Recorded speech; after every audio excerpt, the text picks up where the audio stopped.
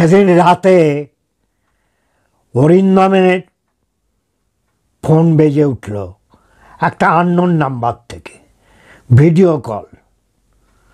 একটি মেয়ে কথা বলছে, কথা বলতে বলতে সে পোশাকগুলো খুলে ফেলছে, পুরো নুড হয়ে যাচ্ছে।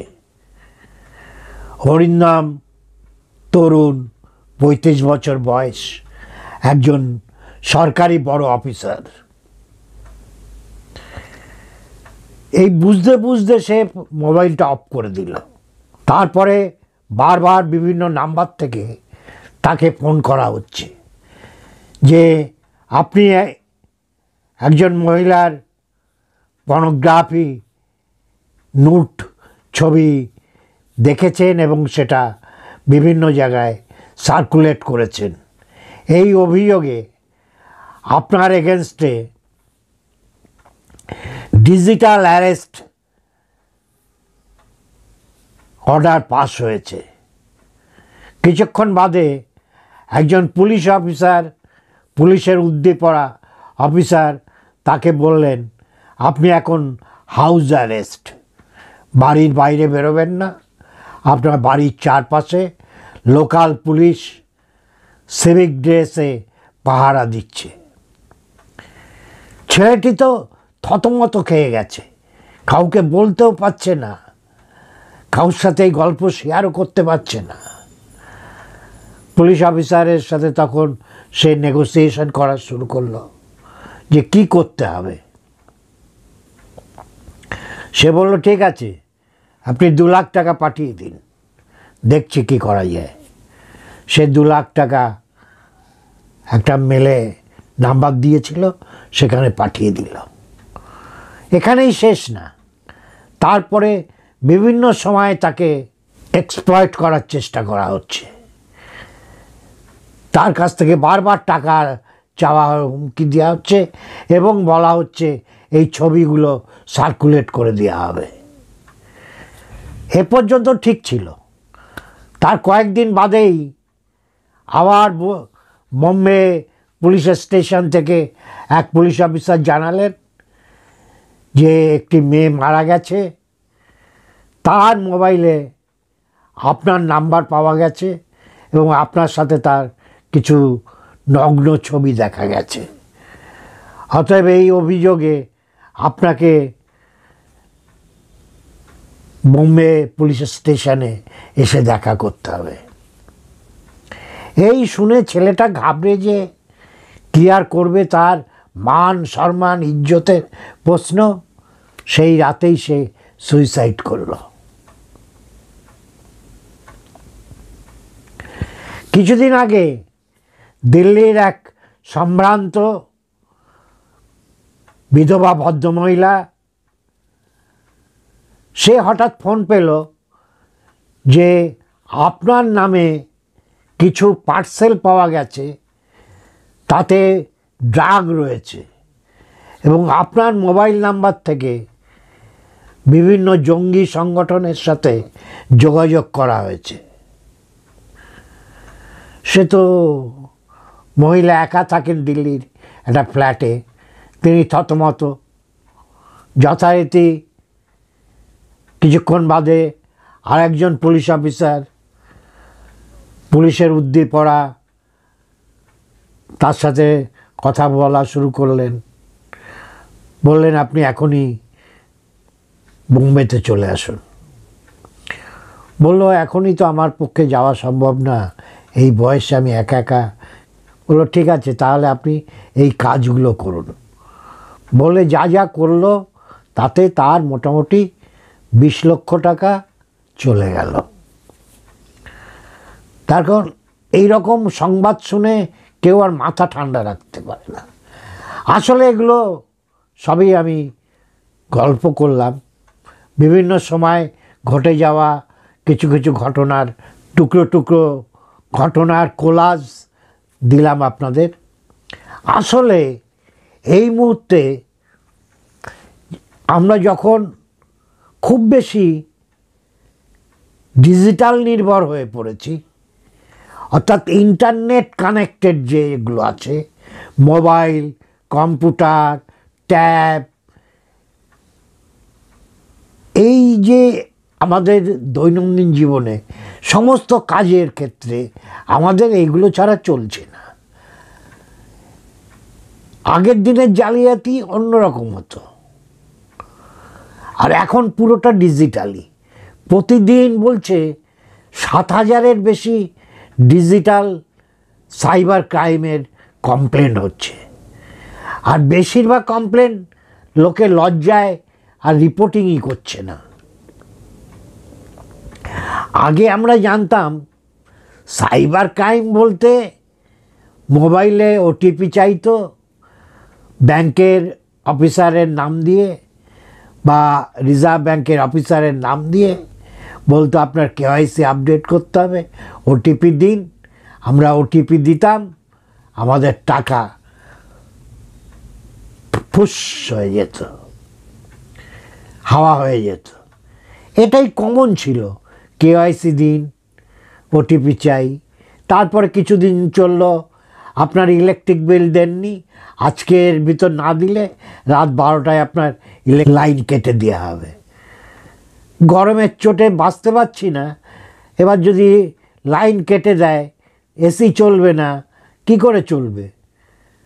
তখন বলতাম কি করতে হবে, বলতো 500 টাকা কি 1000 টাকা আপনি পাঠিয়ে দিন, তারপরে কালকে অফিসে যাবেন, কথা বলবেন। মোবাইলে টাওয়ার বসানো, এসব আগের দিনে ছিল।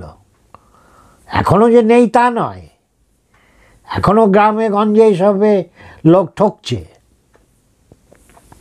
এখন সবচেয়ে বড় নূতন যেটা একেবারে, সেটা হচ্ছে ডিজিটাল অ্যারেস্ট। যে জন্য সরকার, পুলিশ প্রশাসন বারবার ঘোষণা করেছে ডিজিটাল অ্যারেস্ট বলে ভারতের আইন ব্যবস্থায় কোনো অ্যারেস্ট নেই। কিন্তু সাধারণ মানুষ, আম আদমি তো এসব জানে না। তাকে যখন বলা হচ্ছে ডিজিটাল অ্যারেস্ট, তাকে কোর্টের অর্ডার দেখানো হচ্ছে, অশোক স্তম্ভ, নিচে কোর্টের জাজদের সই, সিলমোহর, সাক্ষীদের সই, একেবারে অবিকল অরিজিনাল কোর্ট অর্ডার দিয়ে বলছে আপনি ডিজিটালি অ্যারেস্ট। আপনি ঘর থেকে বেরোবেন না, কারোর সাথে কথা বলবেন না, আপনি আমাদের নজরবন্দিতে আছেন, আপনি কম্পিউটারের সামনে বা মোবাইলের সামনে বসে থাকুন, যখন যেমন আমরা ইনস্ট্রাকশন দেব সেই মতো কাজ করবেন। এইভাবে নানাভাবে আজকে উদ্ভাবন হচ্ছে, নতুন নতুন কীভাবে মানুষকে ঠকানো যায়।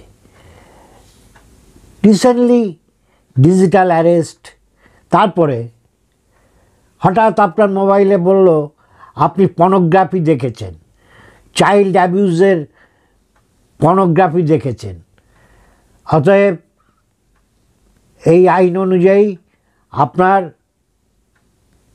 এত টাকা পানিশমেন্ট হয়েছে, 36,000 টাকা ফাইন দিতে হবে। আপনি এই কথা কাউকে বলতেও পারেন না, তা আপনি তো মাঝে মাঝে পর্নোগ্রাফি দেখেন। আমরা কেউ একেবারে কোনোদিন পর্নোগ্রাফি দেখিনি এমন তো না, যে আপনি দেখেছিলেন, সেটা রিপোর্টেড হয়েছে। এই এখন এই নিয়ে আপনি কার কাছে কথা বলতে যাবেন? ছেলেমেয়ের কাছে কথা বলতে যাবেন? উপায় নেই। আপনার নামে ড্রাগ পাওয়া গেছে, আপনার নামে পার্সেল আছে ড্রাগের, এগুলো নতুন এসেছে, এগুলো সম্বন্ধে সবাইকে সচেতন করতে এসেছি। আপনারা যদি মনে করেন এগুলো আমার ক্ষেত্রে ঘটবে না, তাহলে আপনি মূর্খের স্বর্গে বাস করছেন।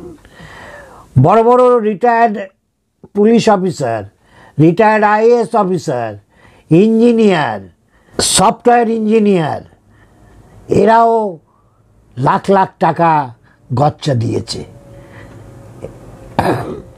সেই ইতিহাস আছে, সেই ঘটনাগুলো আমাদের জানা আছে। অতএব আপনারা কেউ কিন্তু আওতার বাইরে না। সেই জন্যে পরামর্শ, প্রথম হচ্ছে আননোন কলে যতটা পারবেন অ্যাভয়েড করবেন। আননোন নাম্বার, যেটা আপনার সেভ নেই, এরকম নাম্বার তোলার দরকার নেই। আমরা যখন মোবাইল ব্যবহার না করতাম, দরকার হলে সে চিঠি পাঠাবে, ইমেল পাঠাবে, কল তোলার দরকার নেই। কল তুললেই ভয় দেখাবে, আর ভয়ে এমন একটা সাইকোলজি যে ভয় মানুষ পায়, এবং তারা এত এক্সপার্ট, এর জন্য স্কুল কলেজ হচ্ছে, ট্রেনিং হচ্ছে, বিদেশে নাইজেরিয়াতে যাচ্ছে এই ফ্রড শিখতে। এরা নানাভাবে এরা কি করছে, এই হ্যাকাররা বিভিন্ন ভাইরাস ম্যালওয়্যার আপনার মোবাইলে ঢুকিয়ে দেবে, দিয়ে আপনার মোবাইলটা পুরো হ্যাক করে যাবে, তাদের দখলে চলে যাবে, এবং আপনার মোবাইলে যা যা ডেটা আছে, ব্যাংক সম্বন্ধে হোক, অন্য যা যা ছবি ফাইল, সব তারা নিয়ে নিচ্ছে। এ শুধু ব্যক্তি স্তরে নয়, জাতীয় স্তরে দেখেন না মাঝে মাঝে যে আমাদের অমুক মিনিস্ট্রির সাইবার হ্যাক হয়ে গেছে, অমুক মিনিস্ট্রির ডিফেন্সের সাইবার হ্যাক হয়ে গেছে। মানে কি, এরা হচ্ছে আনএথিক্যাল হ্যাকার।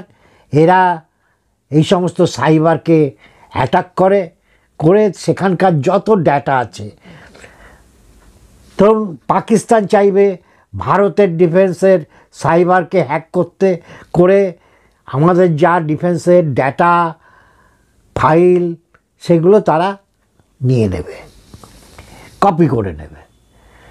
তা এই হচ্ছে বিষয়টা। এটা বড় স্তরে হচ্ছে, আর ইন্ডিভিজুয়াল আমাদের স্তরে হচ্ছে। আমাদের ক্ষেত্রে 10,000, 20,000, 50,000, 2 লাখ, 5 লাখ, 10 লাখ আমার যা সঞ্চয় আছে সবটা চলে যেতে পারে। অতএব আমাদের সকলকে ভীষণ সতর্ক থাকতে হবে। আননোন নাম্বার নর্মালি তুলবেন না, রেসপন্ড করবেন না, এলে সেটাকে সঙ্গে সঙ্গে আবার ব্লক করে দিন, যাতে দ্বিতীয় আর ওই নাম্বারে না আসে। ভয় নেই, আপনি ভাববেন না ওদের নাম্বারের অভাব আছে, ওদের কাছে শখে শখ সেম আছে, হাজার হাজার সেম আছে। দেখবেন একের পর এক আননোন নাম্বারের কল আসছে, আর আপনিও একের পর এক ব্লক করে যান। আর কি, কোনো আননোন বা আনঅথেন্টিক লিঙ্ক বলে এই লিঙ্কটা খুলে আপনি এটা করুন। আননোন বা আপনি যে কোম্পানির সাথে কাজ করছেন না, বা যাদের সাথে আপনার কোনো লিঙ্ক পাঠানোর কথা নেই, ফোনে বলেনি, ব্যাংক থেকে বা মিউচুয়াল ফান্ড থেকে ব্রোকার বলেনি, সেই রকম কোনো লিঙ্ক আপনি খুলবেন না, লিঙ্কে ক্লিক করবেনই না। আর একটা, এর আগেও বলেছি, আপনারা বিশেষ মনোযোগ দেননি, ওই রকম সাইবার ক্রাইমের কাজের মতো গুরুত্বপূর্ণ জিনিস অনেকেই অ্যাভয়েড করে যায়, যে রতন টাটা, বিভিন্ন বিখ্যাত শিল্পপতিদের নামে, অমিতাভ বচ্চন, যে এইভাবে আমি কোটি টাকা রোজ আয় করি, এইভাবেই আমি আসলে বড়লোক হয়েছি, ধনী হয়েছি, কোনো চাকরি করতে হবে না, ব্যবসা করতে হবে না, শুধু এই কাজটা করুন, 2,000 কি 2,500 টাকা দিয়ে স্টার্ট করুন, রোজ আপনি লাখ লাখ টাকা আয় করবেন। এগুলো সমস্ত তাদের এই লোকগুলোর নাম মিথ্যেভাবে প্রচার করে, তাদের মিথ্যে প্রোফাইল তৈরি করে এগুলো প্রচার হচ্ছে। আর এখানে যারাই পা দিচ্ছে তারাই ডুবছে, পুরো টাকাই জলে যাচ্ছে। ক্রিপ্টোকারেন্সি নিয়ে এরকম অসংখ্য ঘোটালা হয়েছে। এবং মুশকিল কি, এইভাবে টাকা বেরিয়ে গেলে পুলিশের পক্ষে বা ব্যাংকের পক্ষে উদ্ধার করার সম্ভাবনাটা খুবই কম, 10 থেকে 20% রিকভারি হয়।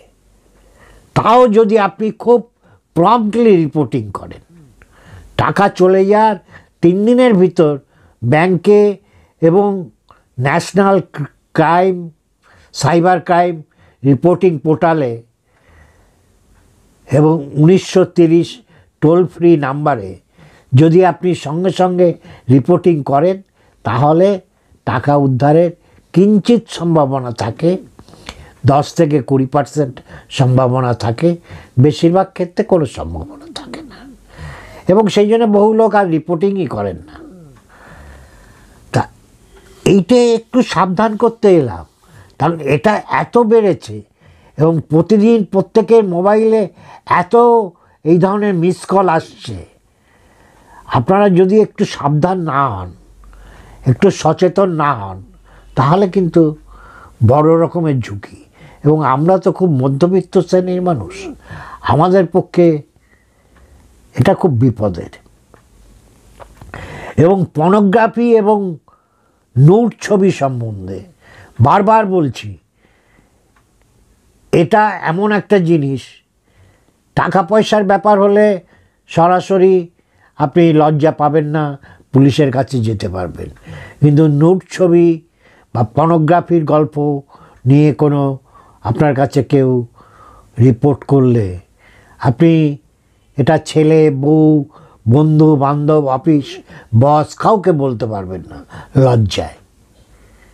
এটা এমন একটা সেন্সেশনাল বিষয় এবং আপনি বাধ্য হবেন তাদের টোপে পড়তে, ফাঁদে পড়তে এবং টাকা পয়সা গচ্ছা দিতে। আবারও সেই জন্য বলছি, এগুলো একেবারে শুনলে আপনি চুপচাপ থাকবেন, কিচ্ছু করতে হবে না, আপনাকে কোনো রিপ্লাইও দিতে হবে না, আর কোনো কথাও বলতে হবে না। আপনি যখনই মিস কল আসবে আপনি অ্যাটেন্ড করবেন না, সঙ্গে সঙ্গে আবার ব্লক করে দিন, দেখুন কি হয়। ড্রাগের ক্ষেত্রেও তাই, জঙ্গি ফোনের ক্ষেত্রেও তাই। সরাসরি কোনো কেস হলে লোকাল পুলিশ আপনাকে আসবে, আপনাকে অ্যারেস্ট করলে অ্যারেস্ট মেমো দেখাবে, দরকার হলে আপনাকে থানায় ডাকবে, সেটা আপনি দেখতে পাবেন। কিন্তু ভিডিওতে বা মোবাইলে বা কম্পিউটারে পুলিশ অফিসারের ছবি দেখে আপনি ভয় পেয়ে আপনি ভাবলেন সত্যি পুলিশ অফিসার, ওটা ও সব তৈরি, সব ফেক। মাথায় খাকি পোশাক টোশাক পরে এতগুলো স্টার লাগানো, ডিজি আইজি পজিশনের সব ছবি দেখানো, সব তৈরি, সব ভয় দেখানোর জন্যে। একটুও ভয় পাবেন না। কি হবে? কিচ্ছু হবে না, শুধু সাহসটা দরকার। আর একবার বলে দিই, কেন্দ্রীয় সরকারের সাইবার ক্রাইমের যে পোর্টালটা আছে, সেই পোর্টালটার হচ্ছে আইডি হচ্ছে www.cybercrime.gov.in এবং টোল ফ্রি নাম্বার হচ্ছে 1930। আজকে এই পর্যন্তই থাক। যদি কারোর এতটুকু উপকার হয়, মনে করব আমার এই ভিডিও করাটা সার্থক হয়েছে। সবাই ভালো থাকুন, সুখে থাকুন, আনন্দে থাকুন। আর আনন্দ মানে আমার কি? আনন্দ মানেই ঈশ্বর, গড, আল্লাহ।